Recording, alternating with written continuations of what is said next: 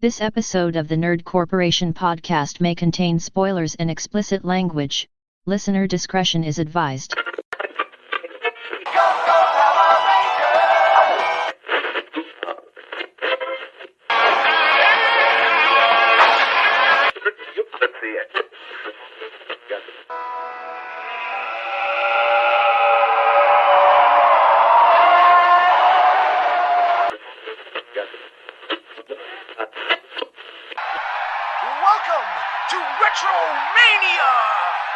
We are the Nerd Corporation.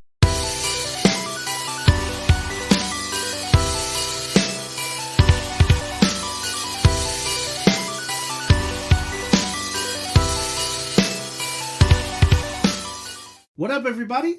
It's podcast day. With me, as always, is Cole Simper. Oh, just got done with my weekly 24 minutes of peak fucking fiction, my friend.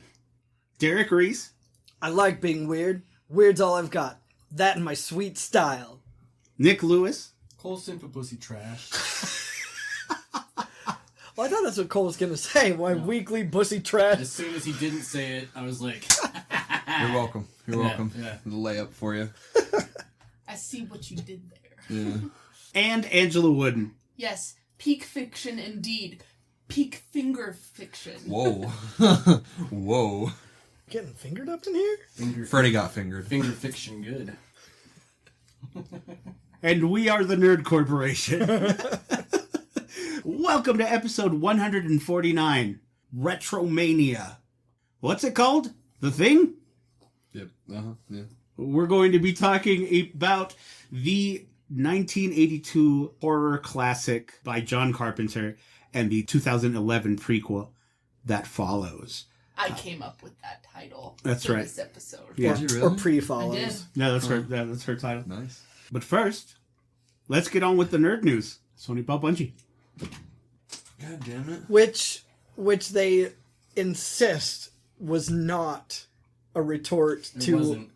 Well, I'm just saying, I'm not saying one way or the other. I'm just saying they insist it wasn't a reply or a pushback from Microsoft buying I mean, everything in the world. They've been in bed together for a while. I mean, like, they let Well, plus Destiny deals like come that to, don't happen overnight. They had Destiny come to PlayStation first. Yeah. you Like know, the last 5 to 6 months, to be exact.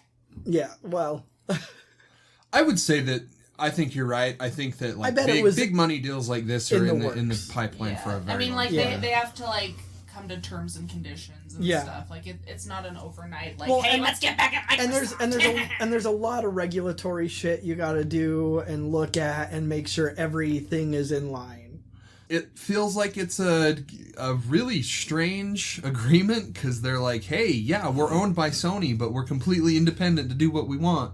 Yeah. And it's like, okay, you're the first. like, I want to know, like, what kind of legal mumbo jumbo they put in that contract to make it so, like, yeah, we can do whatever we want, because that's what it makes. That's what they're sounding. That they're promising no exclusivity, like the whole works. They're saying, like, hey, nothing changes. We just have a bigger budget because we're owned by Sony, and But that seems like almost mirrored to what we know of the Microsoft and Activision. I don't know. I mean, I didn't see anything about, Activision being able to, or saying that, hey, we can do whatever we want. All I remember seeing is, well, we promise stuff that's not exclusive already isn't going to go exclusive. Right. Like, that's the only... They're being open, but, like, in a vague way. I don't know. Huh? Are you mad at me, honey? Sometimes. You guys were mad at each other last week, damn. Well, yeah. Oh, man. Yo, we went at it. Kind of. It was testy. I was very upset. You really I were. was very You upset. were very... I was very upset. You I were. was very upset. That's why I apologized to you, because I'm I glad. saw that you were very You're upset. being a fucking douchebag. I was just, like, being just the way that we were at every other fucking podcast. I was listening to it, too. You do know that I was talking about, like, 2 separate Call of Duty games, right? Yes, I know. I'm not talking about Call of Duty that comes out on both consoles. No, right? no, I know exactly Okay. what you were talking about. So you're still stupid. My point You're still stupid. No, you're just No, somebody that no. doesn't understand. No, I mean, I'm not. no, bro, I'm not dumb. It makes perfect fucking sense what I said. It makes perfect fucking sense. How do you explain Call of Duty, big red one on the GameCube. Nobody fucking played that Are you game. fucking kidding me? I Look never. at how many copies it sold. Do, right now. Jimmy, pull up how many copies. Motherfucker. Do it. Jimmy, pull up how many copies. Keep in mind that it happened in 2001. Jimmy. Did it come out on PlayStation 2 as well? I remember it was heavily marketed for the GameCube, though. It Call is of Duty. PlayStation 2. Call of Duty on the GameCube. Was it on the original Xbox too? Because if I that's don't the case, remember. then I it think wasn't. Medal of Honor So was big. the PlayStation 2 version sold 300,000 copies. 300,000? Mm-hmm. How much on the GameCube? It doesn't say.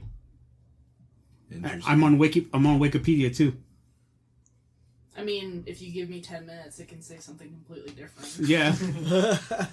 1 million copies. Right. It's been done before. And it's going to happen again. Because there's been history that it will happen. And they like this. They want to experiment with this. Okay. I'm not saying it's going to be like an every fucking year thing. But they're going to get to the point where they're going to be like, hey, we need to sell some boxes. What's going to sell some boxes? Fucking FIFA, NBA, Call of Duty. Those are the three biggest games that sell consoles. But they would Those are still the three keep it- biggest games that consoles come bundled with. True, but the amount of money lost over using the exclusivity. But it's Microsoft. They don't care about money lost. Ooh, They don't I care about money don't lost. agree with that. Money, they don't. Look at Game Pass. Game Pass is not profitable. Hasn't ever been I profitable. think it No, it's not. Bro, with subscriptions of Ultimate? It's not profitable. Look that up right now. It is not profitable. Spencer's come out and said it's not profitable. Right, but I mean, this isn't something like Game Pass. This is fucking Call of Duty. This is a money maker. Right. That's and what I'm saying, is that they're gonna make money off of the other game to fund this. All it's gonna do is offset what they would have made on PlayStation. Right, and then, I mean, like, they don't just get money for those games. Like, they still have to pay, like, all of the developers, all of the testers. They have to pay everything. So, It's just going to match the amount of money that's the thing. It's not that they wouldn't do that. It's fiscally irresponsible right, to do that. they don't aim to break even. You know, they want to make money. I want to see what happens. Yeah, no, and I totally see them doing that. Okay. I really do. okay, Hey, remember Nerd News? yeah, I mean, this is still nerd No. news. no, Me either. I forgot all about it. Bad. Didn't even happen. Same feelings. Still feel kind of weird. Bungie was one of those ones where it was really strange because a year ago they were like, hell yeah, fuck Activision. We're not part of them anymore. We're independent. We'll always be independent. A year later, you're bought. I just, like... So it's like, what's... I What are really- you doing, Bungie? I really like the joke that Sony owns Halo now, though. Yeah. Like... Well, they legitimately own probably the best studio in terms of first-person shooting. Like, yeah, I mean, it's kind of unmatched in my eyes. The only thing that comes close is Call of Duty. You know, in terms of like playability and how fun it is to play. Like, they made Halo, for Christ's sake. They made Halo 2, for God's sake. Like, they know what the fuck they're doing. And what is the one genre that PlayStation is suffering in exclusivity? Shooters. FPS. Yep. So, kind of makes sense. But, again, the messaging is weird because it's like, hey, we're still independent. We're still doing what we want to do. But it's like those, like... Once you start seeing that, like, the chips don't fall in line. Yeah, but I mean, like, if all Sony wants is, you know, access to their minds, how they do things, what can be done, like, they don't need exclusivity if what they're gaining is the how-to, Yeah. you know? So maybe that's I don't really primarily know. what it I mean, is. Sony's been buying weird shit. They bought fucking Evo. They bought... Dr. Pepper. I'm just kidding.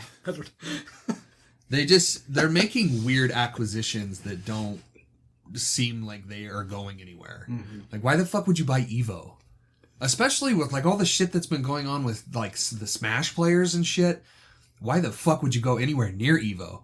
Well, I mean, they're the biggest esports competition out there, you know. But it's weird for, like, I just think it's weird that Sony owns that. I mean, it's a strange buy. I think it doesn't seem like it would bring in. I think it's good to get their hands into esports. You know, like I think that they find that as a sound investment. Because I mean, esports is huge, and it's not going anywhere. Exactly, that's exactly what I was about to say.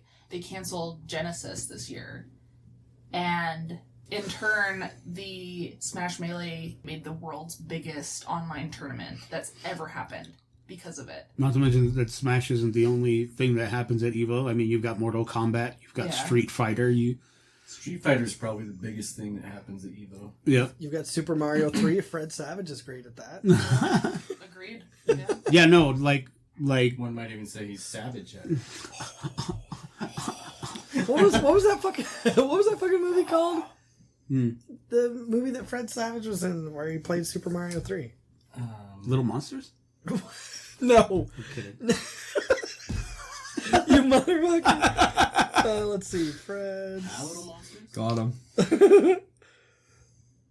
Let's see. Oh, video game movie. Oh, The Wizard. That's what it's called. Yeah. The Wiz. Don't you remember that? Do you remember that movie? Mm-hmm. That shit was dope. He used the power glove. Or was it him? Somebody used the power glove in there. There's a really cool new TV show out on Amazon Prime that is from Critical Role called The Legend of Vox Machina. And it's a really cool... It's not like a straightforward Dungeons and Dragons like cartoon, but it's like in the same vein, and it has pretty much everybody from Critical Role except for Matthew Mercer. I don't know like what his part in the show is, but I watched like 2 episodes of it earlier, and it's pretty Hell yeah. pretty rad. My other brief news is that there is a retailer that has possibly leaked that the Arkham collection is coming to the Switch. Ooh. Yeah, That's kind I could see that happening. Yeah. Seems weird. That what's the second Arkham City? Is that the more open world-ish type one? I could see that being maybe a problem.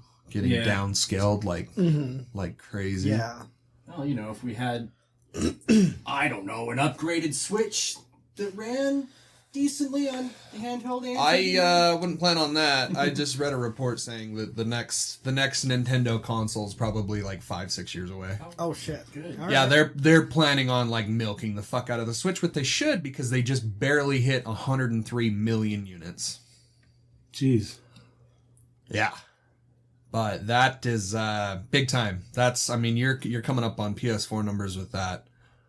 And very easily. I think they could very easily hit that. Speaking of sales numbers, it's being flexed in this article. I don't even know if it's Sony who's flexing it actually, but it's being flexed in this article that I saw that the PlayStation 5 has outsold the Wii U.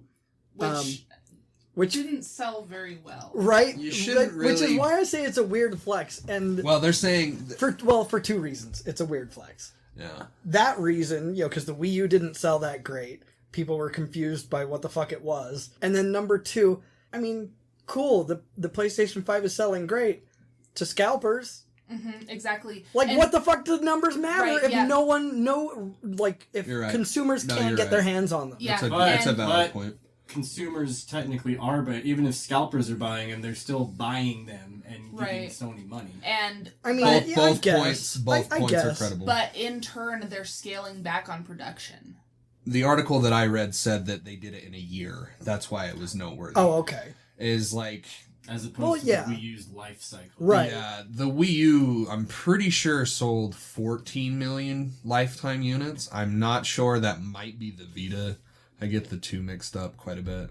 But the Wii U sales was fucking pitiful. But at the same time, I don't really think Nintendo put too much in the R&D department when it came to fucking the Wii U. So Well, or the I don't think advertising. I don't think they went in the red or the black with the Wii U. Like the way they named it, so many people were confused as to what. I didn't even know that... 13.56.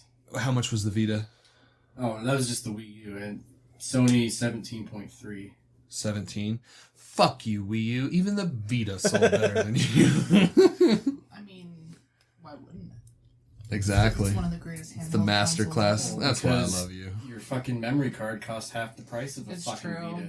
That's why. I want to know how many sold the moment that the jailbreaking scene happened on the video. Like, the moment that they broke through and they're like, hey, we can bust this thing wide the fuck open.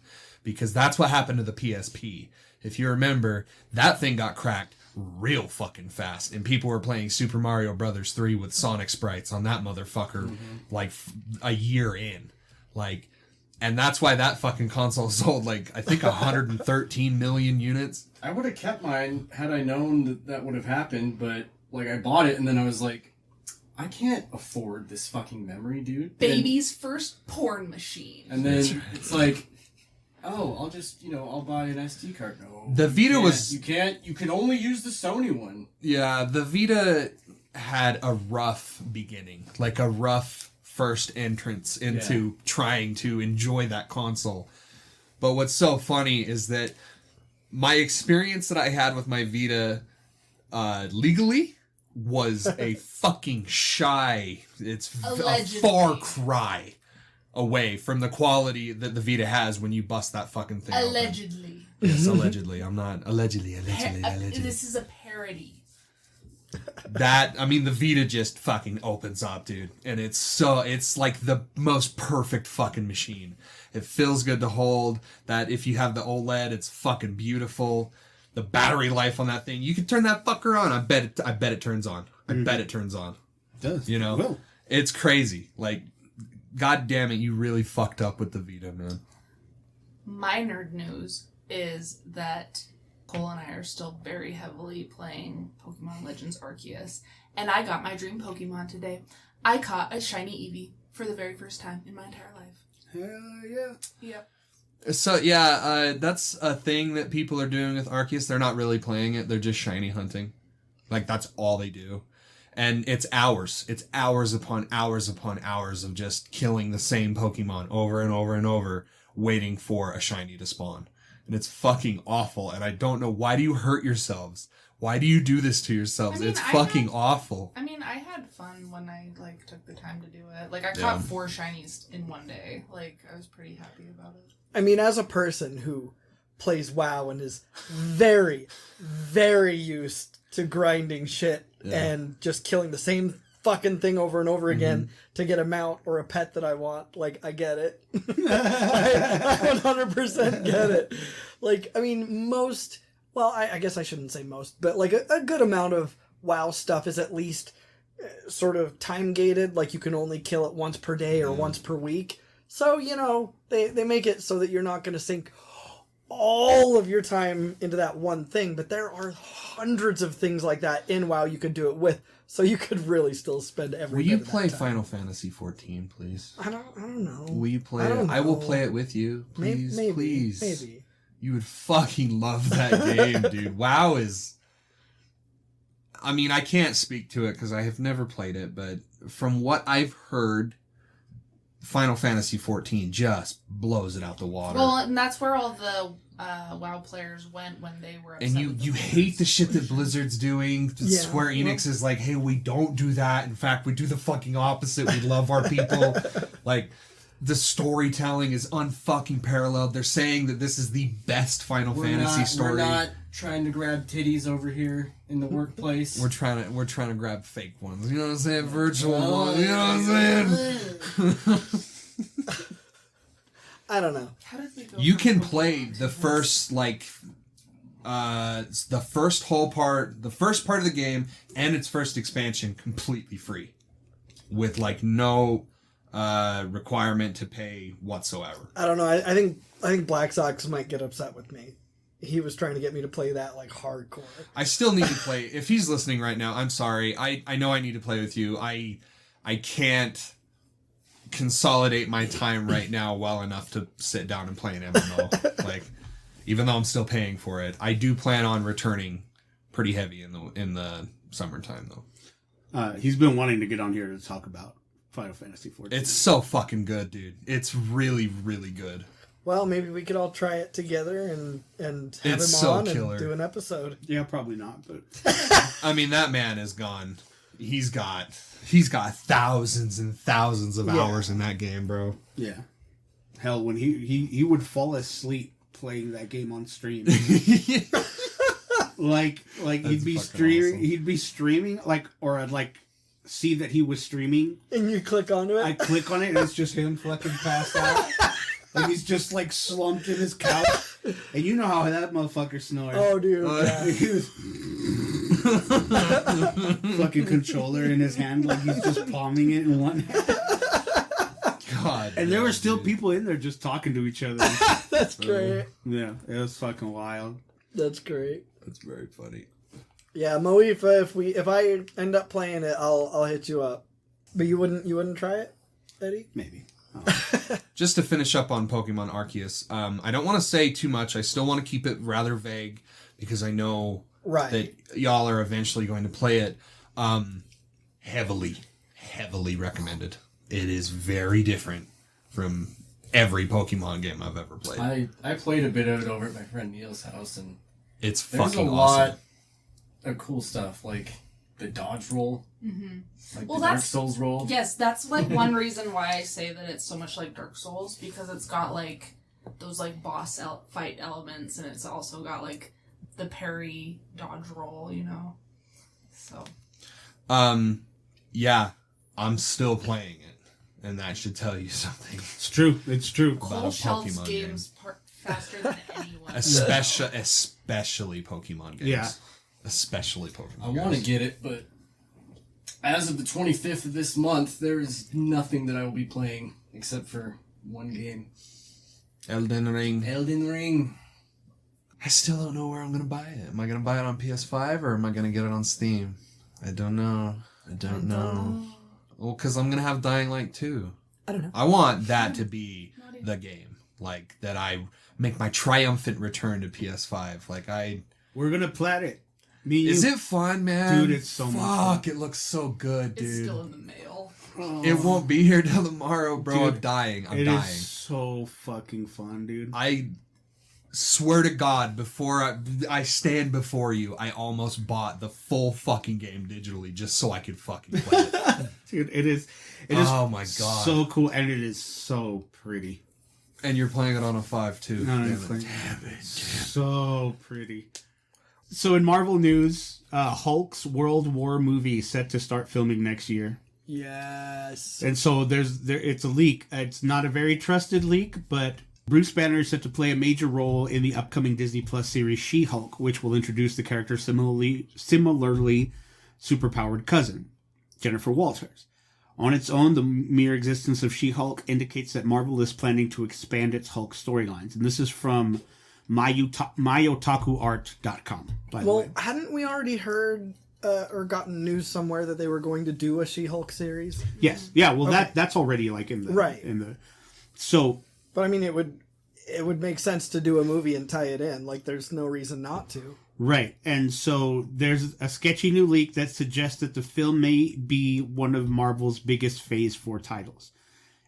So, sketchy being the operative word. In a recent 4chan post... Oh, God. Oh no!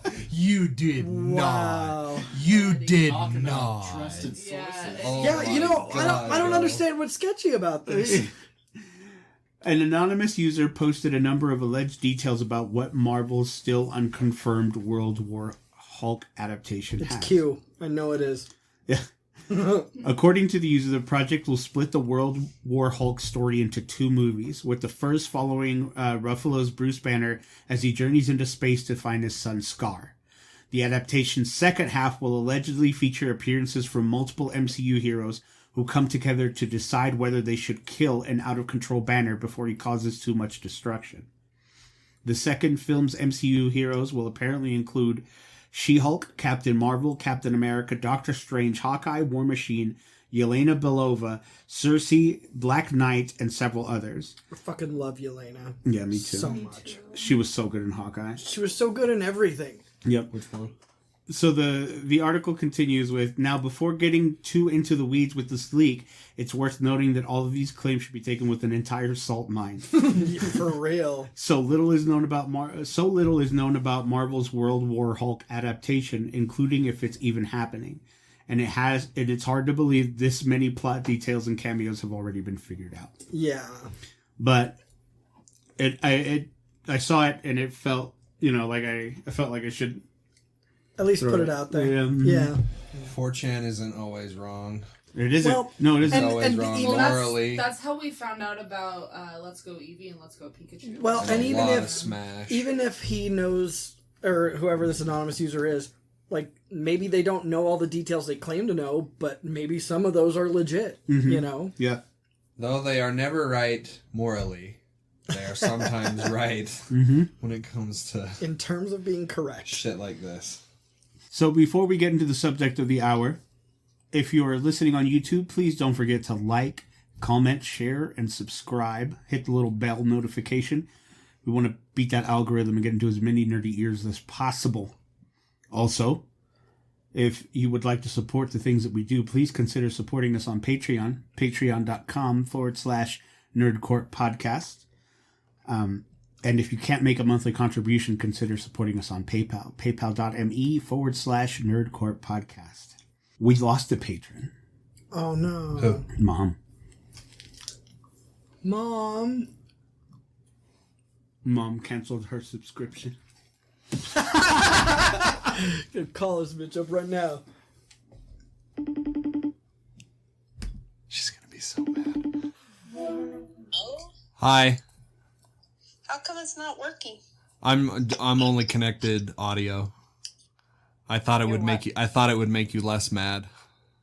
Why? Why would I be mad? We're recording the podcast right now, so you're live.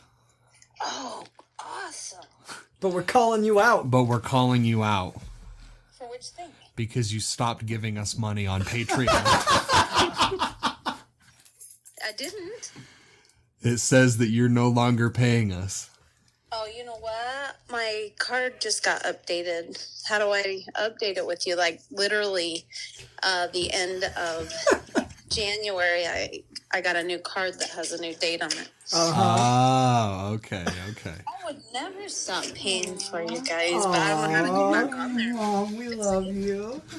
I don't buy it. I really don't. Like, I never would have done that. Okay, we'll figure. I'll call you tomorrow. We'll figure it out. Why you gotta be such an asshole?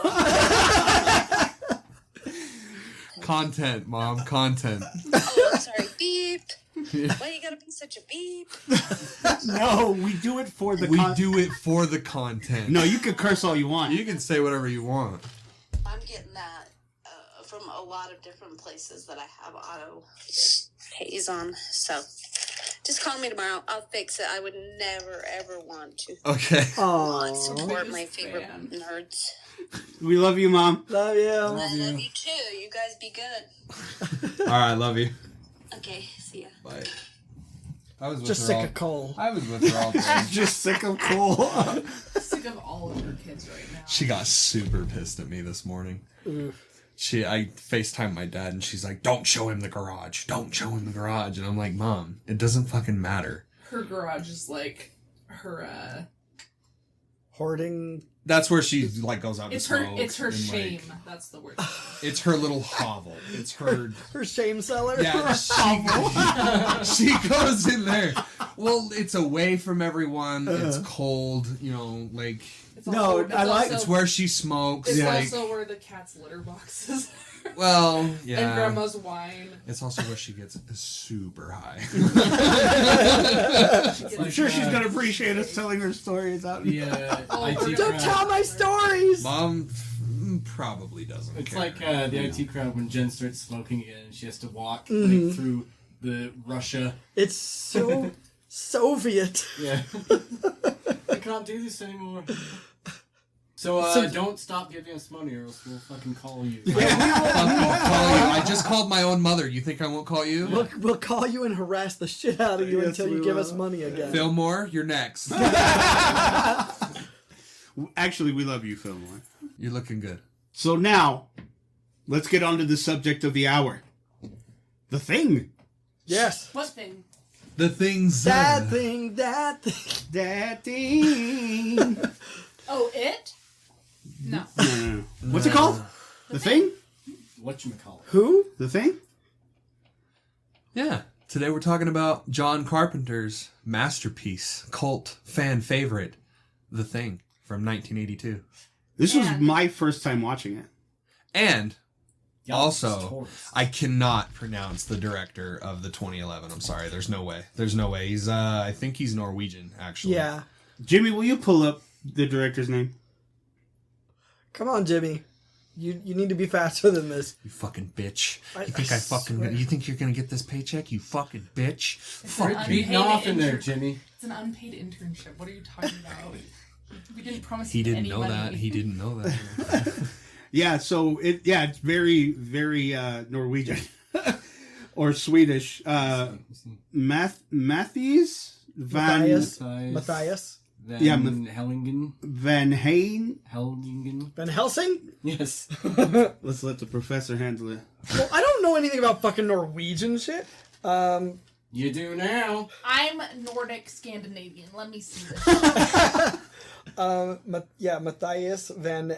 Well, since that J is silent, Helleningen. So Helleningen. the J isn't silent, it's an H. J's are H's. Well, right, but if you've got an Or I thought they were Y's IHN, too. if you've got an IHN, and Y's are also H's. Van Jegen? Van Jegen? Van Jegen? well, no, it's an H, not a CH. Van Jegen? We're gonna just sit here and butcher his name for like an hour, bro. Not gonna work here anymore. Exactly, not gonna work here anymore, that's for sure. Van Some people are going to be really happy that we're butchering this guy's name because people fucking hate this movie. Dr. Van Nostrum from the clinic. That is correct. There's a more elegant way to get to that point. Matthias Van Heiningen. Heiningen? Hennigan. Hennigan. Yeah, that's Hennigan. roughly kind of sort of what I said. Van Heiningen. Van Hainigan. Hannigan. Kind of. Hennessy. As Kurt Russell Allison would Hannigan. say, Yeah. a fucking Swede. Yeah. Fuck you too then. So, well, never mind. I'll get into this when we talk about how we feel about it. We are also talking about the 2011 prequel, also called The Thing, which was a mistake in my opinion. We could have done something better with the name. The The thingy. The thing before. Well, so the thing is about Nice. the Thing 2011 is that it was believed to be a remake, basically. And that's what I thought this whole time. But it's a direct prequel to Yeah. the original, which it just flows so nicely together. It does. I do And think it I is like think- it's required watching. If you're gonna watch The Thing, you need to watch the first one The first chronologically. Yeah. So I disagree. I think it's Really? more interesting to watch it the other way. Well, that's what I did. Mm-hmm. See, I watched the new one and then the old one, and I mean you could do it either which was way, a lot of fun for but me. it's interesting to watch the old one and then the new one, and then you're like, oh, those things were in the Well, yeah, because it was funny for me because, like, when I'm watching the original, I'm going, oh, this, in the other movie, this was a callback to this! Yeah. Oh my Yeah. god! Mhm. Yes. So, yeah. But, like, it was a callback, but not a callback, so technically this is the callback. Yeah. Oh, God. Callbackception. I mean, 1982 kind of really, loaded the bases for Yeah. that movie. You know what I mean? Yeah. Like, the grand slam that all the great parts that happened in 2011 are a direct response Right. to But how neither good of them are 1982 talked is. about. That neither of They them are, popular but in a very movies. negative sense. People really fucking hate 2011 because of the... there was a little bit of a promise that they weren't going to digitize Yeah, digitize this movie all to fuck. And Well, that's they exactly had- what they had did. They had a full prosthesis team for the 2011 version, and then instead they went over it with CGI. It's really sad because there's like, it's all on YouTube too. Like, every single video that they shot, like the behind the scenes footage of what they were doing with the prosthetics in that movie, which looked really good. Well, I by bet the that way. prosthesis team was fucking pissed. Oh yeah. Derek and I, this is the first time we've seen both movies, or Yes. at least That I recall. That you recall, right? Me, for It's an sure. old movie. Yeah. Me, for sure, this is the first time I've seen either movie. I loved both of them. I thought they were both great. I thought, I've seen each one once before, just many years ago. and I was talking to you guys before before we started recording, that even though the effects of the 1982 one were still practical and I could see right through them, it still gave me that sense of The disgust. yucky feeling. Just like It's- when anything. It's like, if you think back to other movies like that were made in the 80s, you know, like even Alien, it's like these are effects like you hadn't seen before. Like, Right. like the Never. one part where he's got the his fingers in the guy's See, face. that one and he's, like, actually looked pulling his really skin apart. cool. It looked fucking Yeah. real. Oh, yeah. Yeah, and that one's still that That one There's held no holds up. cut. Yeah. There's no cut. No. I watched that part like 3 times. There's no cut. Wow. He does like the whole thing, like I don't know how what fucking wizardry Yeah, they dude, did. those special effects were tentacular. tentacular. I see what you did there. Yes. Well, but I'm just saying, like, just like any reaction you would have to viscera, as you know, in real life, that was the discomfort Well, just I felt. the squiggly, squirmy, like, oh, dude, yeah. Just like the writhing feeling that you Yes, get, yes. like when you see something like that in real life, was the exact same feeling, and I just love it because, like, the thing has no shape.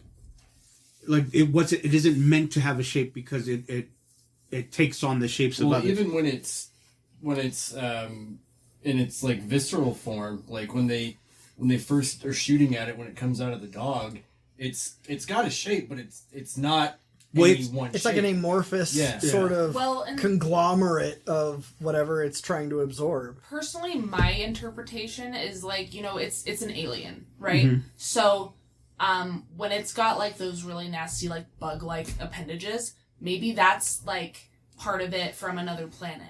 Like it was Right. because at the end of the original, you see like the dog coming out of Damn, it. that's a cool fucking point, babe. Well, I yeah, never because- fucking thought because, about I mean, that. It never, That's it fucking never melded dope with as a hell. spider. Yeah, Right, that's exactly. sick as That fuck. wasn't like, a thing. Yeah, Wow. so its former forms are like breaking out of itself That's that it's fucking trying to dope. copy before. Because like I mean, you see like at the end of the original, you see the dog coming out of its body, like or part of the dog coming out of its body, and then in both movies, you see like the very like insect like cockroach legs. I did Well, not even and- think that. That's and fucking dope. where it's such an adaptive life form, like, I mean, I don't even know if that's part of its original shape or just like other things it's killed and conquered before Right.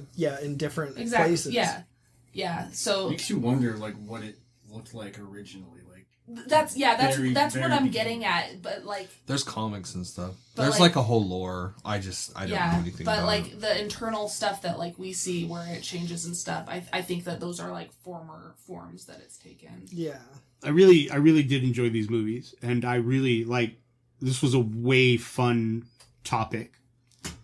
I feel to cover because, yeah, I hadn't seen these before, and they were really fun to watch, and I loved it. I loved both of them. Well, and I was worried because I didn't think I would quite have time to finish them both Yeah. before the episode because I was going to watch them today and forgot that I was supposed to take my daughter snowboarding. And so we didn't stay the whole day. We stayed till like 1:30, rushed back, took her home, hurried back home, threw them on, and barely made it through it like in time. But they were both so fucking fun. Alien is number 1. The Thing 1982 is number 2. Okay. I fucking love this movie. So I want to know, Eddie and Derek, what like were your thoughts like throughout like the movie? Like what were you like? Oh, is he the Thing? Like who's like the Spider-Man And Nick as well, meme? because it's been a while since you've seen it. Yeah. So yeah, Yeah, let's get like- everybody. Like I want to know like what your guys' thoughts were like at each like big point, I guess, when like they're all Yeah. Spider-Man pointing. at each Yeah. other. There's a big emphasis on Paranoia. paranoia, claustrophobia. Cabin fever, and Cabin they fever. actually mentioned that in Yeah. the original. Yeah. And so I want to know how well that aspect worked for you guys. Oh, I felt every bit of it. Oh yeah, I mean, Like- because like it's with the paranoia and just, you know, anger of like, bitch, you know me. Like, it's hard for somebody being accused, regardless of whether they are or aren't the alien. Like, it's hard for them not to act out. And by acting out, that just draws more suspicion to them. I actually felt the paranoia more in the 2011 movie than I did in the 1982 movie. Okay. Because in the 1982 movie, it's just a bunch of dudes, a bunch of manly dudes that just kind of do their own thing every once in a while, right? But in the 2011 one, the They're a Norwegian, team. they're They're a tight. big team. Yeah, they're they're tight knit. Yeah. They're all like, they all hang out together. You know what I mean? So like when it starts to happen, like Nick said before we started recording, the whole like Among Us thing. When they start pointing fingers at each other, the paranoia sets in a little more for me. Or like, Jay McCready seems sus. yeah. Not doing his tasks. That's the first Among Us joke of many, I'm sure. You know, and so I definitely felt it more in the 2011 version, but yeah, the paranoia, the claustrophobia, the whole cabin fever thing, it all translated super well, and it almost to a point where I felt it myself, like, holy shit, who the fuck is it? I really need to know. And like when they were suspecting McCready that whole time, I was suspecting McCready the whole time. Well, Like, because you see that his clothes or whatever, His jumpsuit was is torn. up, and because they had come to the conclusion that it tears through the clothes yeah, when they morph and whatnot. I really do think that, like, it holds up, because for someone like me, this is the first time I'm seeing it, I feel like I wish I would have seen it back then, Yeah. because it probably would have been so fucking dude. cool to me as a kid. Yeah. So it's like the same thing, Eddie, that I was saying about Alien. Yeah. And this one too. It's like to have been able to go and see this like release night or like Oh, in absolutely. that Well, span. and we keep mentioning Alien, and to me, in a lot of ways, obviously there were some major differences, but in a lot of ways, to me, this was Alien on Earth with tentacles. Yeah. Like, yeah. you know. Yeah. I'm only comparing them because it's the only two Well, older. no, I know, but Cole horror also movies. compared it. So- like, Yeah. well, not compared it, but they were his top two. Well, we have a couple special guests with us today who also wanted to chime in and let us know. Our good friends Beyond the Grave. Jesus. If you're listening to them, they're probably dead. Yeah. If you're hearing this. Please welcome Roger Ebert and Gene Siskel. I wish this movie were less ugly than it is, because in terms of storytelling and suspense, and that subtext of suspicion of one's fellow man, this is actually a very well-made movie, but at regular intervals it does gross one out. So, a mixed review for the thing from me. I'm going to recommend it, but serve notice that a lot of people who see it will be made sick by it. I think that's probably an understatement. I would call this the barf bag movie of July. I have some problems with it. Fuck you! One of them is, I think, the characters. They're not made into three-dimensional people. Their function is to walk down the corridor and be jumped on. The other thing is plausibility. Once they figure out that this thing can turn into one of them, they ought to institute a watertight buddy system, but instead they have all kinds of loopholes. People walk out into the snow, come back with a grin on their face, so that the story is totally implausible, and the movie just basically is an excuse for this very gruesome and repellent creature to gross us out. It is the most nauseating thing I've ever seen on a movie. All right, thanks, Jimmy. So What a crock of shit. right, Yeah, and dude. so the thing is that About the thing. about the thing, they're wrong. It is like watertight. Like there are no plot holes. Like things Well- happen where like It's people not get- perfect. There, you could Well, but- easily go. I mean, you could shine but it all any makes criticism sense. on anything. Well, like but it- here's the thing, like, you can't, like, yeah, they should have had a watertight buddy system. Yeah, but, like, shit fucking happens. And that's right there on the screen in front of you. Yeah. There's chaos. There's, you know, people get lost. There's a fucking blizzard outside. Exactly. Like, you can't say, oh, well, they should have had a watertight buddy system. They tried. It didn't Yeah. work. not only that, but I don't think he was paying attention to the movie. No. Because if you pay attention to the subtle storytelling that is in that environment that they are so delicately placed, right? If you blink, you'll miss it. But these people have been with each other for a very, very, very long time. They're bored as fuck. They're tired as hell because they don't get any sleep because of the job. They're already at each other's fucking throats. Yeah. So now you throw this, obviously, life or death situation. I mean, the one guy sees the guy being, like, eaten by a fucking tentacle, like, you know, and they all saw what the fuck happened to the dogs. Yeah, you and know? the one dude loses his mind because the dogs were his life, basically. Yeah, Mm-hmm. so, I don't know. It's weird to hear him say that, Ebert, because I'm like, you didn't, obviously, like, you missed a lot. You were too busy with the popcorn or something. Well, like, he was too busy being worried about the gruesome nature of it and, like, missed the forest for the trees. So, also, a little bit more context. A couple months before this, what movie came out? What? E.T. Which was a family-friendly alien movie. Yeah. And A so, lot less technically. Oh, yeah. also, one of the worst recessions in American history. People were not happy. You go into this movie that's incredibly nihilistic. Like, no hope whatsoever in this movie. Like, I'm sorry, spoiler, everyone fucking dies.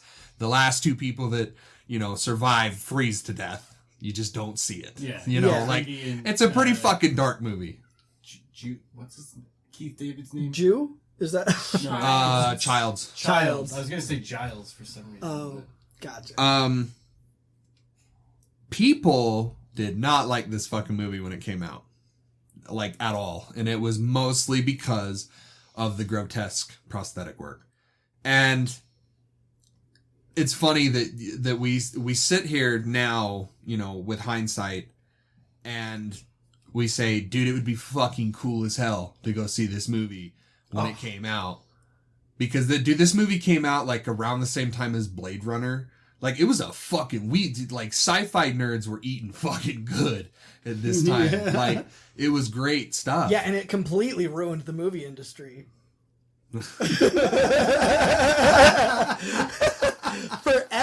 Forever. Nothing ever got a chance to thrive.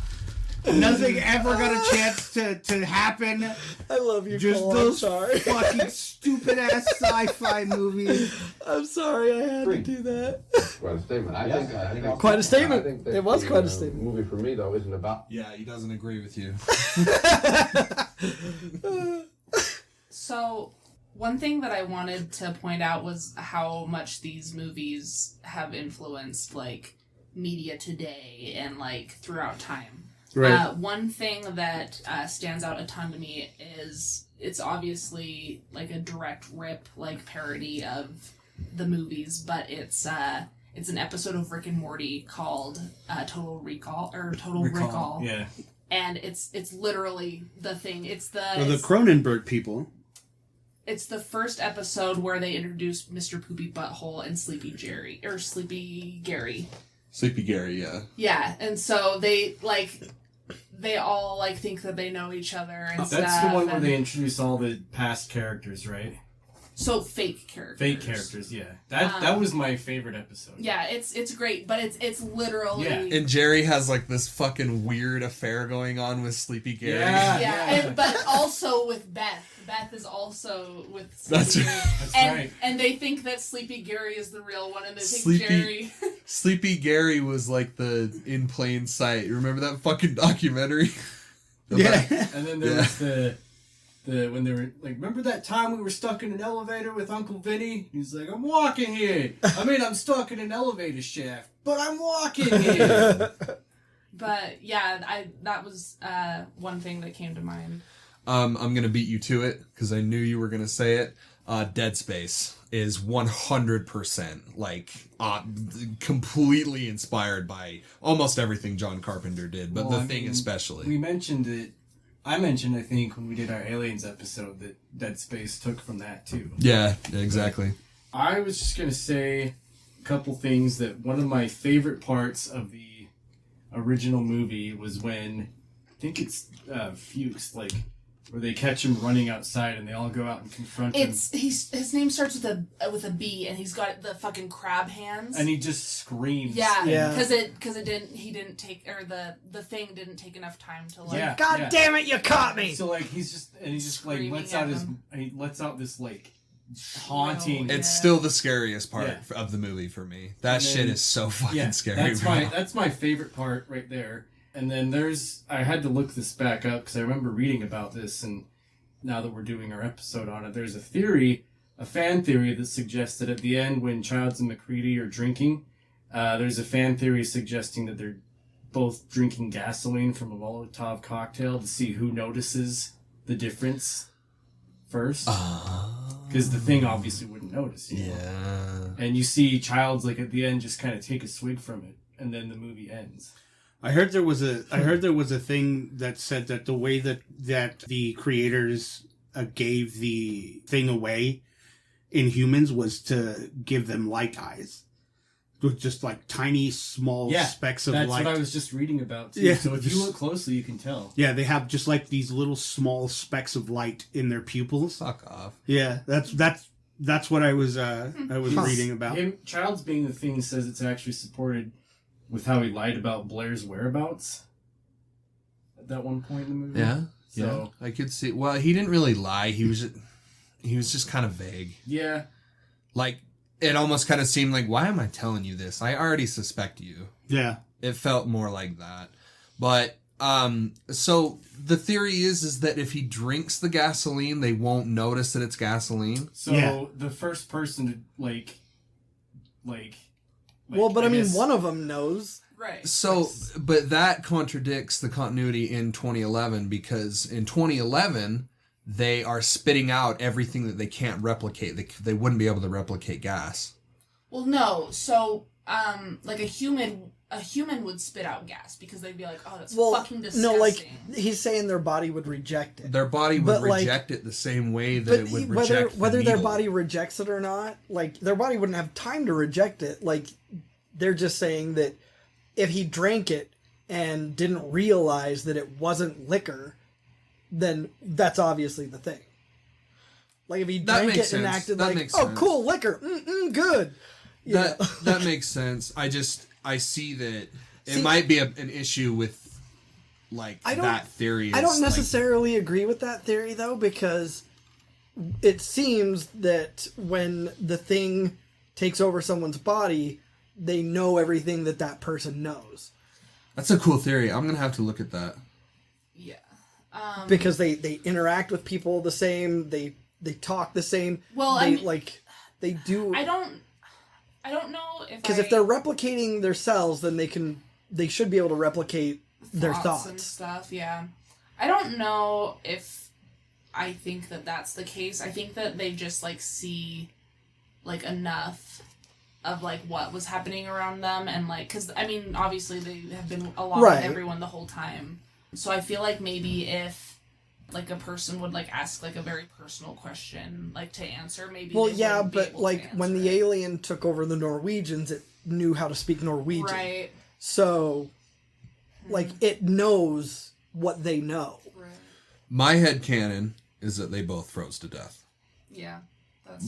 It's the most simple explanation, and that's kind of the beauty of open-ended endings. Yeah, well, that's like the thing, because in my head canon, one of them was the thing, assimilated the other, and just left and tried to find more people. See, my headcanon is that Jack Burton figures out that the other guy's the thing, kills him, and then goes over to Little China, and then we get Big Trouble in Little China. Yes. Which I feel like this is where John Carpenter, like, to me, McCready's character is kind of like, I mean, not a first attempt necessarily, but kind of like an inspiration for Jack Burton. Like, this is like a rough draft. Who was also an inspiration for what video game character? Snake. Solid Snake, my man.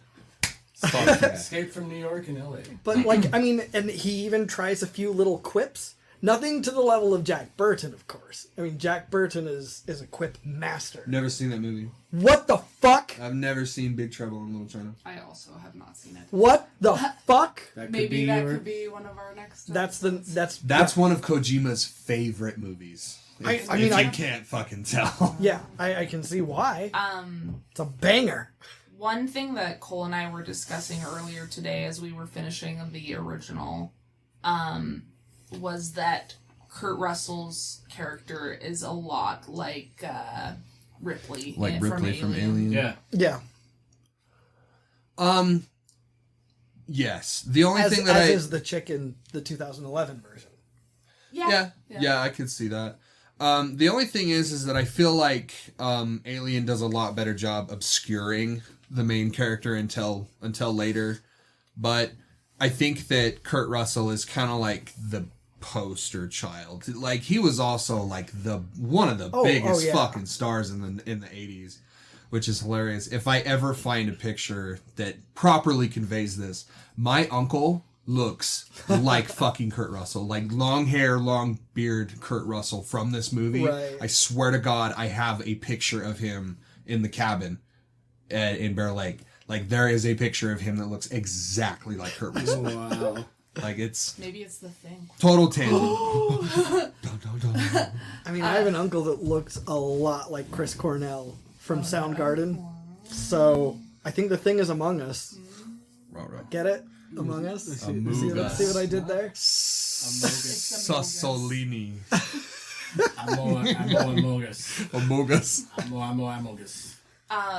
So one of my favorite parts in the original is when the one guy stops breathing and they bring out like the defibrillator. Dude, that was and the doctor my favorite part. Just like puts his hands into the stomach. Does he do it once or twice? And then he does it once, and then the second time he goes.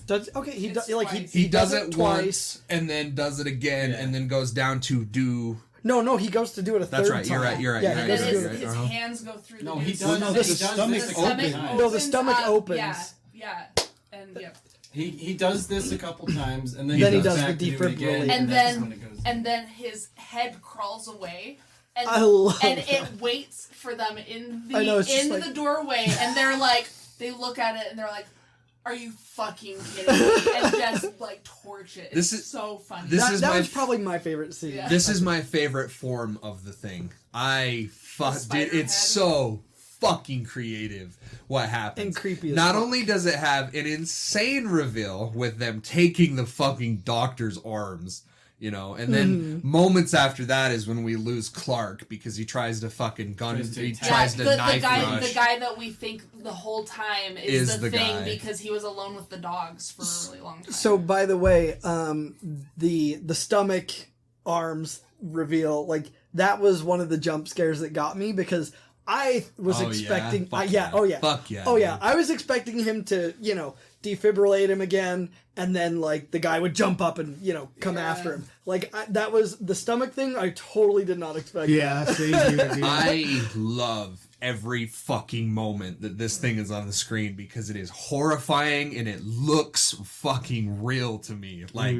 It is so fucking scary from the beginning with the giant stomach that clamps and just immediately takes the doctor's arms. Like, there was no fucking chance, right? Yeah. Because you think of an old 80s horror movie and you're just like, oh, this, I've seen some shit. This isn't going to really do anything. This movie's fucked up. And then you watch it, and even me rewatching it I think I watched it yesterday. I was just like, oh, shit, dude. I love that, like, while all the shit is going down with Clark and, him fucking getting his brains blown out, and then the slow reveal of the fucking monster, and it has like a large, long neck, and it has the guy's fucking head that it replicated, by the way. It's not his original head. No. Like, the original head is the spider, right? Yeah, well, I'm getting. Okay. I fucking love this shit, dude. I love, like, meticulously going. It debated them. It definitely just got debated. Well, it's a shocking show of, like, how fucking intelligent it is and like how it focuses on surviving. But I love like the dangly nature of the fucking head that's on the roof, and like it's his face, but it's all fucking deformed, and it's got like Pennywise teeth, and his eyes are all fucking crazy. I love it. It's so cool. Of course, Kurt Russell has to turn around and fuck it all up and burn it to death. Well, no, he sends the one guy in to burn it, and it fucking eats him. Windows. No, that is during the blood test, which is one of my other favorite parts, because it just makes fucking sense that if you introduce like something that could harm cells, that the blood would jump out and freak out, and then you'd know who the thing is. We're getting there. Which was the other jump scare that got me. Yeah, the blood jumping up. Because like I thought it would. Yes, I thought it would just like retreat. My other to the walls. Favorite part was just a little scene, but it was when it was after Blair goes crazy, and they're trying to pin him down or whatever, and Kurt Russell just comes bursting in and grabs him, and he hits him a couple times, but the sound is just not on cue. It's like, is it really? Yeah. Okay. It's not on cue at all, and it's like just that scene's kind of funny because he's like, "Fuck you, McCready," or something. He's like getting super upset with him. Wilford Brimley, watch your mouth. And I said this.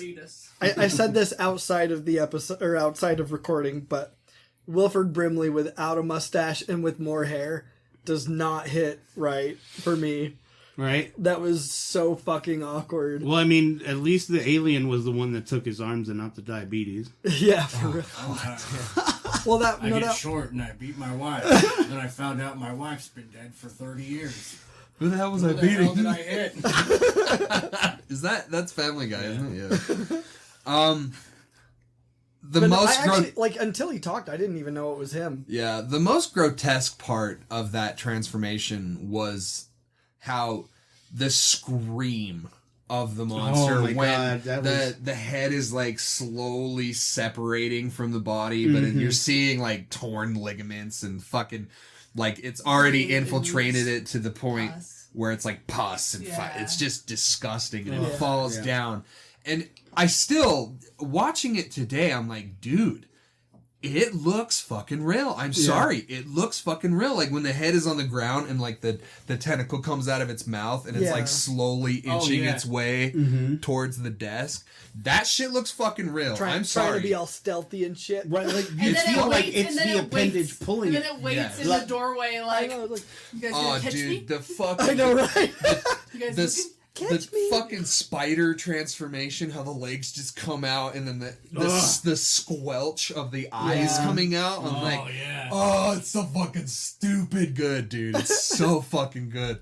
And that is it's one of my favorite parts when they're all looking at the monstrosity in front of them that's on fire, but then in the background you see the little spider skirting, and the one guy turns around and Angela says, "You gotta be fucking kidding me." And then they just torch it. I do love that. It's just yeah.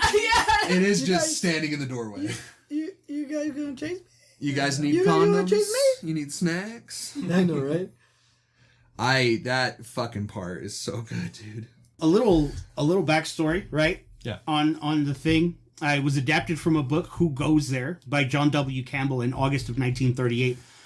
So, I don't know if you caught this, but a quick little callback. In the 2011, the song that she's listening to when you first get introduced to that character, what song is it? I don't remember. Who can it be now? Oh, yeah! Oh, that's fucking brilliant. Yeah. I like that. Fucking awesome, That's dude. beautiful. And so the first movie adaptation was in 1951.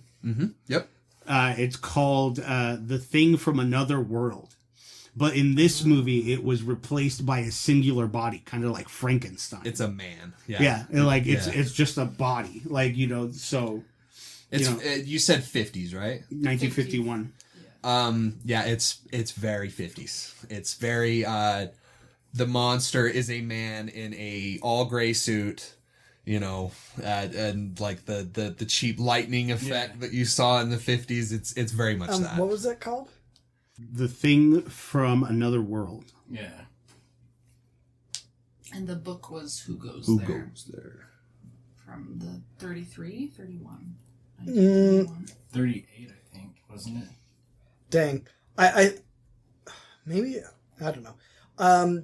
I thought this might be it, and it actually might be, but Mystery Science Theater did an episode of a movie called Being from Another Planet. So I don't know if that's the same or not. It was like an Egyptian sarcophagus that they were studying. It's like somebody copied and pasted but didn't want it to make it look so obvious. Maybe? So they right-clicked on it and hit thesaurus and then switched a few words. I know, right? They're like, Can I copy your whole- planet, Yeah, just don't make it look obvious. Yeah, Yeah. planet, that's the ticket. Continue. Right. So and so when they made the thing in 1982, their purpose was to not make it a singular shape, to make it something unfamiliar, because unfamiliarity scares people. Fear of the unknown. Mm-hmm. Yep. And so, another thing I wanted to talk about was the sound, as far as like special effects goes. This was Rob Bottin. Mm-hmm. And Rob Bottin is a fucking legend as far as special effects and things go. I mean, he did RoboCop, Total Recall, Seven, A New Hope, Game of Thrones. Like he's responsible for a lot of like cult classic. The dick being blown off Yeah, from RoboCop. was Rob Bottin. That's Rob Bottin. You're Yep. welcome. You're welcome, Yep. Internet. So, yeah, that's all I had as far as like the little history and stuff goes. But Have you seen that fucking that it's a parody film of RoboCop where it's just a bunch of guys with their dicks out and he's just shooting all the dicks. yeah, Have you seen that shit? It's like slow motion mutilation of Yeah. penises, like D- over and over and over again. Deleted Scene 27 or something like that is what it's called. It's a fan made film. It's That's fucking hilarious, dude. Yeah. Jimmy, will you pull that up real quick? Everyone's we must sit in silence while Jimmy searches. Yeah, it's called RoboCop Scene 27. So, yeah, if you get a chance, watch it because it's crazy. It's very funny. It's funny. It goes a little over the top, but it's super hilarious. It'll go over well with the feminists, if you know what I mean. It's just a bunch of dicks getting shot And off. Just- he knows. Dicks being mutilated over and over and over again. Is that all you think feminists are? No, Let's not go there. you don't want to know. Oh, God. I'm kidding. I'm horribly misogynistic. Talk amongst yourselves. I'm all for clamped. So, we've been talking a whole lot about 1982. Let's hear some thoughts about 2011. 1982. So, you guys watched that one first, right? Well, I watched Close. 2011 second. Okay. So I So- watched 2011 first, and like I actually really liked watching it in that order. Yeah. I so, was 'cause it just halfway through flows the so original nicely. one Yeah. when I found out that Eddie had acquired them. Uh-huh. So I Legally. just finished watching that one. Legally, yeah. From the high seas. No, I just got them legally. From the high seas. Honestly, I Allegedly. don't feel like it matters. I feel like you're gonna get the same experience. But it is kind of cool to go back and watch it in reverse. So, the first time that Cole... So, I had never watched it, and Cole was like, "You've never watched the thing? We gotta fucking watch the thing." This was like almost 8 years ago, I would imagine. And I was like, "Okay, let's watch the fucking thing." And so we watched the 82 version, and I remember us both being really upset because we're closed caption people, like we like the subtitles Oh, on. yeah. And the Amazon version of the original had the 2011 subtitles on it. Oh, come on. it was like a massive fucking blunder. Like, That how do is- you do that? Yeah, Yeah. that is rude. And so he was like, "Oh yeah, that's right. There's a second one. I forgot. We should watch that after this." And I was like, "Okay, let's fucking watch it." So we watched it in that order the first time I watched it, and then I remember the second time we watched it, we did it reverse, and then also this time we did it in reverse. And I prefer watching it the 2011 first, and then the 82 version. It's cool. It's cool to watch that. You could also make the argument that like the novelty of like all the setup and everything that Yeah. happens in that movie was kind of like a of its day thing. Right. Like it doesn't Right. really hold up as Right. much. Like Yeah, I think you could make that argument, but And see, I disagree. I think that it just flows so nicely. it definitely does. It makes sense that way too. It does. It was great. The only thing that took me out of it was the fact that the 2011 version decided that the alien spaceship had crashed through a bunch of ice. There was this big tunnel that the spaceship was underground at the end of. And in the original, it's just on the surface. Yeah. Like, don't you think not on the surface. It opens up That's and right. all this shit falls down. That's right. So that's why there's all this snow on top of it when they go to find it. That's just right. an idea, because when the ship fires up, it's like it's like a massive thing, right? Which is hilarious. I don't know about you, but if I had some chick just like fall into an alien spaceship and I did not hear a splat, I'm not coming back for you. You are dead. Well, you are that. 100% fucking dead. Oh yeah. I am getting the fuck out of here. Yeah. Like, well, he didn't get the chance to. That's true. Because he, ended up getting eaten. Well, but I mean, but I'm 100% sure he got eaten when he went back into the ship after her. Oh yeah. Yeah. So like. Wait a minute. No, he didn't get eaten. Yes, he did. Yeah, he did. No, he didn't. Not that we saw. He lost his earring. He got eaten. And he didn't remember. And okay. I see what you're saying. And she was I like, see what you're saying now. She was like, "You had an earring." Yeah. And then he grabbed. Dummy, we talked and about then he grabbed this. his right ear, and she was like, "It was from the other ear." Which interesting. Seems weird because how would he not have known that? So you think that the thing takes you over by eating you? Well, I mean, that's absorbing. Yeah, that's a very way. general term. I think that's one way. I think I'm not using that as a specific term. I see what you're saying. My purview, like how I see it, is like, yeah, obviously they can eat you and they can assimilate you in that way, or they just get in you somehow. Like it's a like they say, like a virus. Yeah. Like they get in you somehow. That's why I think everybody at one point was infected. Yeah. And it just happened to be their time, right? So like when they're doing the test and everything, they just weren't infected yet. It was all a matter of like when they got infected. That's how I look at it. I don't know. It's that gets really messy with 2011.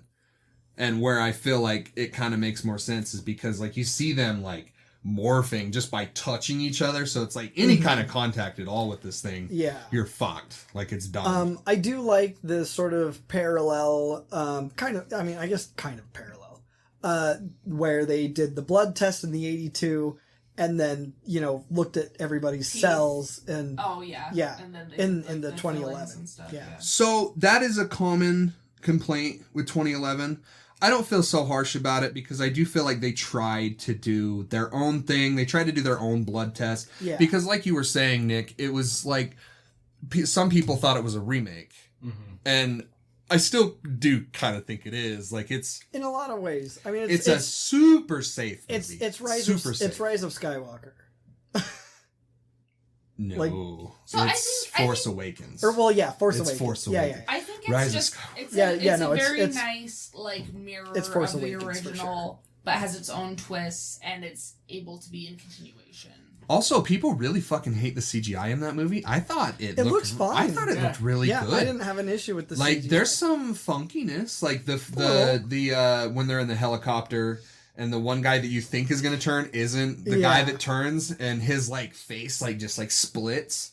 And I still think it looks good. I think it looks really cool. That's one of my favorite parts, actually. Yeah, in the helicopter, and that's what makes him in 2011. And there's just a fun little twist, for sure. I love that shit. I love the fact that on the 2011 side, we have... his name's Eric Christian Olsen. He was in Not Another Teen Movie. He was he's the long blonde haired guy. Yeah, the friend. And then, the guy that plays Tormund is in this one too. Horrible death. Yeah. Horrible fucking death. That's one of my favorite quote unquote favorite deaths.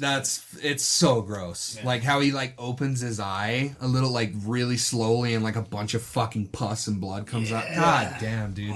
They didn't have to do my boy Tormund like that. Dog. Loves the big woman. Yeah. So this is going back to the 82 version, but that's because I forgot to mention it. Go ahead. TK Carter.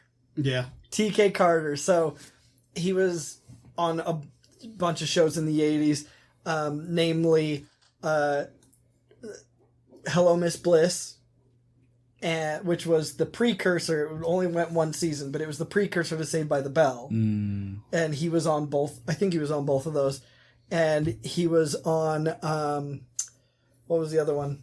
Punky Brewster. He was on Punky Brewster as well. Who was he in the thing? I don't think He in 1982 he was okay.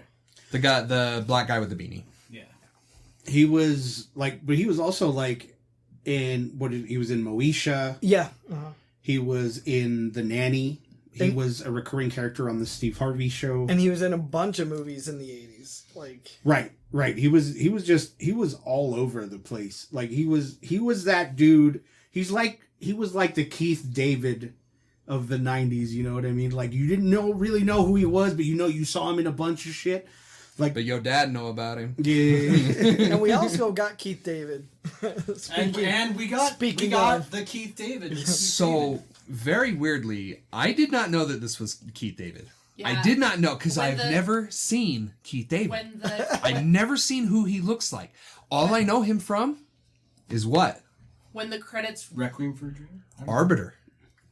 Okay. That's all I know him from. But Requiem for a Dream later, obviously. Horrible fucking role to play. Yeah. I'm not taking it out for air. It ain't gonna suck itself. It ain't gonna suck itself. No, but that is the most horrible fucking line. you know his voice, and you do know his you know his voice more than if you were to see him. You'd be like, oh, that's the Arbiter. Yeah. Yeah, when we were finishing up the movie, the credits were crawling, and Cole had a Leonardo DiCaprio moment where he's like, Keith David! Yeah. Yeah. He's in my Halo game. Yeah. It's Arbiter, man. Arbiter's fucking cool, dude. Wasn't he in a Call of Duty game too? I think so. Probably. Most likely. No, he was the guy that he was in Modern Warfare 2. He ran He's the sergeant guy. Yeah, he made you do He's the guy that does thing. the like your sensitivity and shit. Yeah, Learn how to throw grenades, switch exactly. your rifle. That was and shit, exactly him, yeah. So I really like 2011. I think it does a lot of shit really well, and it is 100% just a fan film. Yeah, it was. I liked it a lot. I think it's fucking great, and I like the CGI fucking scares the shit out of me because it takes a really unnerving thing from a cue from the original movie where they when they're being taken over, they're like shaking, like convulsing, like horribly, right? It's fucking scary to me. Yeah. Like, and I love the actors' portrayals when they're like turning, and they did a really good job with that in 2011 as well. My only problem with 2011 is something that you said earlier, where you said that you felt the tension, Eddie, you felt the tension more in 2011 than you did in 1982. like the cabin fever, like paranoia. Yeah. So, every one of those characters in 1982 is memorable. Like, you can tell me most of the names of that crew. Tell me some of the names of the 2011 crew. Well, there's... Besides the main characters. Henrik. He's the first one to go. Henrik is the first one to go. You're right. Okay. Adam is the long blonde haired guy's name. Adam is the friend of the main character. The female is Juliet. But I'm going to agree with you. No.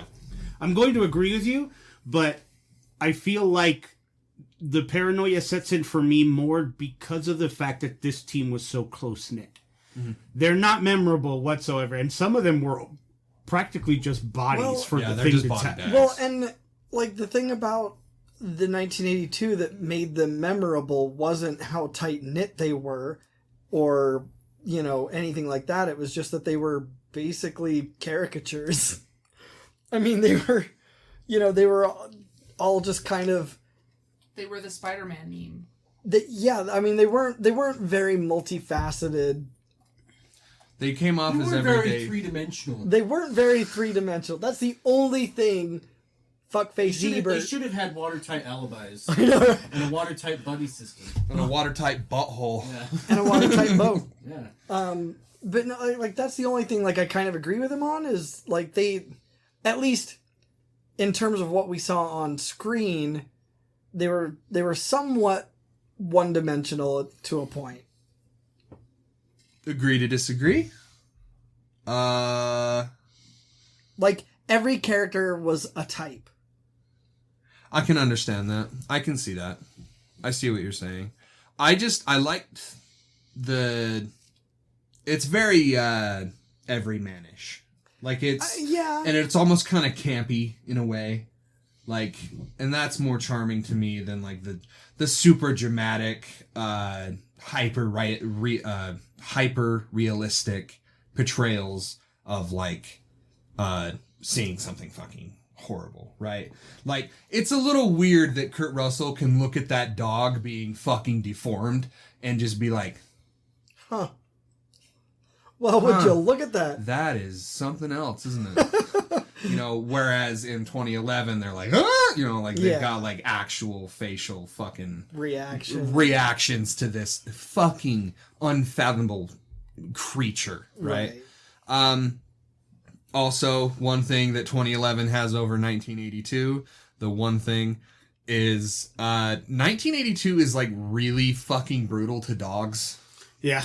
Like really fucking brutal to dogs. Yeah. And in 2011 there's like a slight scene of like the pen is like covered in blood. So it's like it's implied that the dog is dead. Yeah. But like they kind of go like overboard with the dogs in 1982. Right. I feel like it's like mostly just shock value. Well, I don't know. Maybe somebody just didn't like dogs. Well, and like in the 82 film, when you see the one dog getting sprayed by the like bile, yeah, it's just not comfortable to watch. And it's basically like acid eating like at it and stuff. But then big boy Kurt Russell comes in and puts most of the dogs out of their misery, like while they're getting like attacked and stuff. And then the two dogs get like are able to escape, and then they end up putting them down anyways. But yeah, no, it's brutal to dogs for sure. It's the bleeding heart in me, because like there's just like certain things you don't fuck with in my book, and it's dogs, and like I take heavy notes when your movie does bad things to dogs. We often turn it off, or if someone warns like us, if John Wick wasn't so fucking cool, I wouldn't watch that movie. Yeah. You know what I mean? Like the cinematography and everything in that movie is godlike, but them killing the dog in the first part is kind of rough, you know? Well, another thing I like about your 82 movie is just how minimal, but how perfect, like, the main song is. Just the boom, boom. Oh, my God. Boom, boom. Oh, my God, brother. Preach. So good. Preach. So, and at the end of the 11, though, they use that same song. And then as the credits are rolling, then they slowly they show the dog running and the dude chasing him, and then they get in the helicopter, and then they show up, and then you go right into watching. But it's also really cool because it incorporates the shit that they established earlier in the movie with the teeth. He's like, open your fucking mouth, you know. He's like, that's the only way he knows how to determine if this thing is fucking taking someone over. Very, very cool. I love that detail. Final thoughts and ratings? Of course, 1 being the worst, 5 being the best. What do we think about The Thing and The Thing 2011? These are like some of my most favorite horror movies. Like I don't think that I could like compare them to anything really, and I don't think that I could give them a grade either. I'm just gonna leave it at these are 2 of my most favorite horror movies of all time. Heavily recommended. Yes. Underrated. Yeah, I don't know that I could necessarily rank them, but I will rank Kurt Russell 3.5 out of 5 Jack Burtons. He's almost there. It'll just take him a few more years. Getting there. He's getting there. I feel like we really have to do an episode on this movie. We absolutely have to. You'll fucking love it. I mean, it's. I feel I love like Kurt Russell. I know, like I do too. Well, and but there are 2 scenes of his that always play in my mind every time that I see him in anything, and it's how he spews in The Hateful Eight. Yeah. All of the horrible racial obscenities, and then beats the holy hell out of the woman prisoner that he has. And then also from Guardians of the Galaxy Volume 2 when he says, "It killed me to put that tumor in her head." Oh, dude, that was so. That killed me too. That was just like a wrench to the balls. Right? Like that was you. Yeah, and then break my heart. And then cool guy. What's his name? Mario. Fuck. Mario. Yeah. Chris Pratt. Chris. And cool guy Chris Pratt is like, what? Just really slowly, like, dude. What? Yeah. But no, it's great, and it like I mean, I feel like Mortal Kombat totally took notes, and we're like, okay, yeah, all right, this is what our game will be. Yes, the gore aspect was Well, very... like- Well, no, like- the characters, like the straight up characters. Oh, yeah. It's Like- like Cole said earlier, like Solid Snake is a direct inspiration from Kurt Russell and Yeah. Escape from New York. I mean, Raiden is in fucking Big Trouble in Little China. It's 100%. It's not his name, but it's Raiden. No shit. Yeah. And he even has a hat. oh yeah. The hat. Yes, the hat. Yeah, he has the hat, the I lightning. mean, the main villain in that movie. I can't. What's the guy? We met him. What's the guy's name that plays him? We met him at Comic-Con. Jimmy, can you look that up?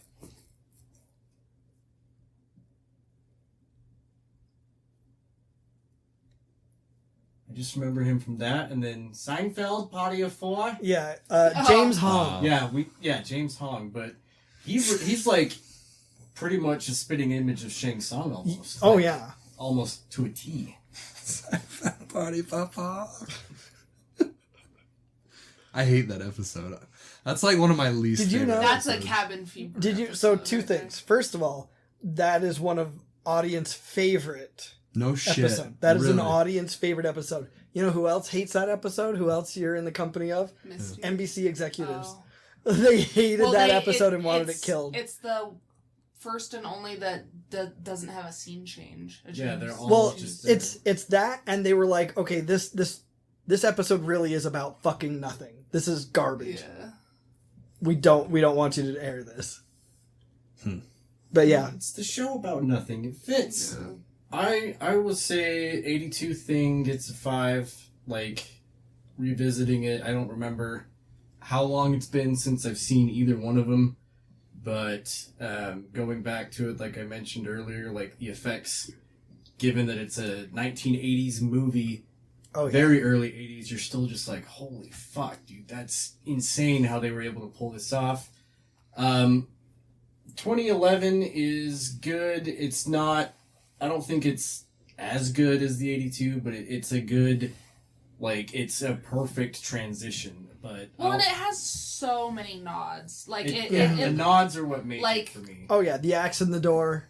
Like, yeah. The fact that we got to see the origin of the ice tub. yeah. and the two heads fused and the weird body and the dude with his slit wrists and Mhm. stuff and I feel like Slit there throat. was more of a Both. he Both. slit his wrist. It was Oh. both. Good lord. there was more of a holy shit factor in the 82, even though I feel like it should have been backwards, because in 2011 I feel like they could have done a lot more than they could in the 80s. But the 80s had more of a like wow factor. But I would give 11. I agree. 5 for 82, 4 for 2011. I think both movies complement each other very well when it comes down to just like the grand scheme of things. And 82, I'm like, it's just like I said, I wish I would have seen this sooner, because this movie is amazing through the eyes that I'm seeing now. But had I seen it as a kid or even as a teenager, I feel like I would have appreciated this movie a lot more. I would have fucking loved that like shit. This, like, I would have been just like a cult fan, just like everybody else. The only thing that I'll give the 2011 one, I think, is just that they didn't try to keep continuity with the technology. Because like the computer that they were like the genetic shit that they were doing was clearly like way above what fucking Wilford Brimley was doing. With the little two little with the little pong dots rolling. And the helicopter wasn't the same helicopter either. No. The one that took off from the one spot isn't the one that was chasing the dog in the new one. It was a different looking helicopter. I don't think you're right about that. It looked a lot cleaner and nicer. I'll figure it out. I don't think so. I think you're wrong there. I don't think so, Tim. It makes me so happy to like hear that something that I receive so well and something that I care about so much, the people around me that I care about also enjoy it. So I'm just like, I'm freaking punching air right now because I'm just like thrilled that you guys loved it. No, honestly, this was probably one of the like cooler review episodes for me. Like, this is going to be a contender for top episodes of 2022. So. And we barely started. Way to go. You ruined the rest of 2022 for us. High expectations. Way to set the bar, Angela. My bad. In case you guys didn't know, this was my episode. My idea. I also came up with the name. So. Pretty sure I don't even need to tell you. I fucking love these movies. And it's funny because I saw 2011. No idea that you felt so strongly about this movie. Yeah, I know. I thought for sure you'd hate him. I saw 2011 before I saw 1982. Oh, wow. Okay. I picked it up. I redboxed it. I think that's how I originally watched them, too, because I was like, oh, there's a remake. I had never seen the 82, and I'm like, oh, they're redoing The Thing. I haven't seen that, but I'll watch this one, you know? And I was like, okay. And then later, I was like, okay, maybe I'll actually watch the original one to see how it is, you know? So, I had always kind of seen, like, snippets and stuff. Like, I think I caught part of it on TV, but I never really ever, like, dedicated a full sit-down watch-through of this movie. And that's why it's kind of special to me, is because it is, like, one of the first movies that I discovered with Angela. That's, like, one of the very first movies that we both sat down and were like, hey, this is fucking cool. And then we did have the one moment where I was like, oh, yeah, there is a second movie, and you didn't know. And it was like, oh, fuck yeah, we got another movie to watch. Like, the craftsmanship in this movie is unparalleled. And especially for the fucking 80s, dude. It's crazy to think that there was so much creativity coming out of that. Like, out of this whole project with everyone that was involved. Carpenter and Batten. And, like, all the sound design. The music is so fucking good. It's so good, dude. Like, and how it, like, infiltrates your thoughts. Like, the bum-bum. Mm-hmm. Bum-bum. What happened here? Bum-bum. Holy fuck, what the fuck is that? There's like two faces fused together. Boom, boom. You know what I mean? Like, it does so well with what it has. And with 2011, it's kind of how I see The Force Awakens. I can't really find too much wrong with it. But I know that I've seen it before. And that's exactly what the remake, the prequel is, whatever. Right. However, I can't imagine 1982 without 2011 anymore. Mm-hmm. Like, I have to. It's a 4-hour thing. It's now. It's like a puzzle. It's a presentation. It's instead of a 2-hour movie, it's a 4-hour movie now because we have to watch them back to back. And that's why I pushed so hard for it last week. I was like, no, we can't just do 82. We have to do the remake. And we made it work. You know, we were bouncing back and forth, and that was my only concern, is that it would be kind of messy. But everything we do is kind of messy, so it's not a big deal. 1982. Fuck you, Roger Ebert. Fuck you. 5 stars. 2 thumbs up all the fucking way. 2011 is 4.5. All right, well, that concludes our episode on The Thing, 1982 and 2011. We hope you enjoyed it. As always, you can follow us on social media. On Facebook at The Nerd Corporation, a podcast. On Twitter and Instagram at Nerdcourt Podcast. Or you can shoot us an email at nerdcourtpodcast@gmail.com. And if you haven't already, subscribe to our YouTube channel. Search The Nerd Corporation and look out for our green NC logo. And if you want to hear a bunch of uncut audio from this episode, which there is a lot of, subscribe to our Patreon, patreon.com/nerdcourt podcast. Several tiers of loot to have access to, from stickers and shirts to extra content and bonus episodes. We want to thank our nerd corporate backers, Glenn the Simp, Fillmore McLaurin, and Jake Hurst, and our nerd financial investors, Kim Nichols and Dallin Gilbort. Thank you, Mom. Thank you, Dallin. Thank you, Fillmore. Thank you, Jake. If you can't make a monthly contribution, consider supporting us on PayPal, paypal.me/nerdcourtpodcast. We want to have the best loot, the best equipment, and give you the best nerdy experience, and that is the best way to do that. And if you don't, we hate you and we're never talking to you again. It warms my heart that Jake is still here. Yeah. We love you, Jake. Does. I fucking suck so bad because I need to get him his stickers and stuff. Jesus. But, yeah. I don't think he really cares, because if he did, he would, I owe you, bro. Like, I got you. We also... One of these fucking days, I got you. Just hit us up. Keep bugging us. We'll get your stickers, bro. We promise. We all have, a ton of them. Yeah. So there should be no reason. No. I hope he listens. I hope he actually listens. He does listen. Yeah, hit me up. I'll get him to you. Hey, what was it? He commented on the Patreon the other day. He was just like, I can't fucking wait for the next episode. He comments on the Patreon? Yeah. Oh, that's fucking dope. I didn't know that. Yeah, he's one of the only ones that comments on the Patreon. So, Jake, we really love you. The rest of you got to pick up your slack. Well, start talking more. Talk to us on Facebook and stuff. I want to, throw questions and shit. I'm sick and tired of these guys being the ones that give me so much shit for my opinions. I'd like some... We'd like other people to give Cole shit. Maybe some help would be nice. Or some backup. Shit. Some shit. It's probably it's gonna be all shit. Because let's face it, his opinions are shit. Easy. Easy. I love you, baby. You're my only one. Calm down there, babe. Relax, kiddo. So on behalf of the Nerd Corporation, I just wanted to say that we love you and keep it nerdy. Goodbye. Goodbye. Go fuck yourself, San Diego. Annyeong. Go fuck yourself, San Diego. Here,